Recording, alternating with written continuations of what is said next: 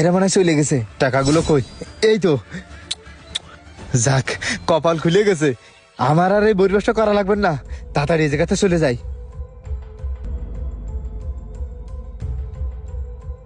ভাই দাঁড়ান, আপনি কি হয়েছে? আপনি কি কাজটা ঠিক করেছেন?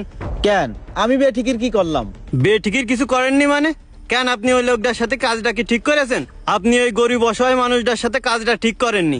আরে ভাই থাম, তুই মেলা কিছু জানিস নে, না জানি উল্টো পাল্টা কথা করছিস। কি জানি না আমি তো নিজের চোখেই দেখলাম আপনি ওই লোকটারে ফাঁকি দিয়েছেন। ভাই ওই লোকটা হচ্ছে গরিব মানুষ, দিন আনে দিন খায়, আর আপনি ওই লোকটারেই ফাঁকি দিলেন।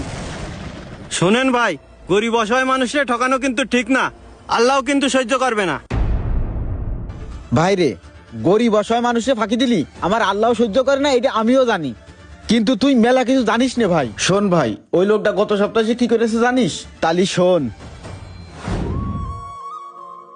ভাই, এই যে এই 2 বস্তা বই ছিল, এনে এই কয়টাও ছিল।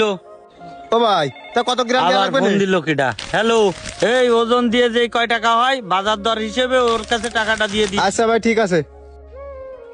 বই তো দেখতেছি সব নতুন রয়েছে। ও ভাই, আপনাদের বইয়ের কাগজ তো সেরকম ভালো না, এ তো বহুত আগের বই। ও ভাই, এ বহুত আগের বইটা কি হয়েছে? এখনো তো এই কাগজ নষ্ট ও হয়নি। ভাই, নষ্ট হয়নি তা কি হয়েছে? এই কাগজ মেলা পুরনো হয়ে গেছে তো, এই কাগজ তো ব্যবহার করা হয় প্যাকেট বানানো কাজে, আর এই কাগজগুলো তো সব নরম হয়ে গেছে, আর এই এখন মার্কেটে সেরামাটা চলবেন না ভাই।